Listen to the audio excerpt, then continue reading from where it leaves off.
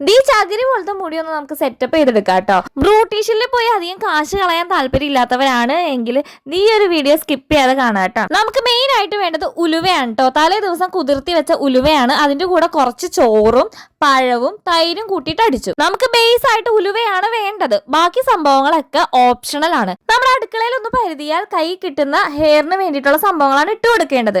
ഇപ്പൊ അലോവേറ ഉള്ളവരാണെങ്കിൽ അത് ഇട്ട് കൊടുക്കാം, മുട്ട ഇട്ട് കൊടുക്കാം.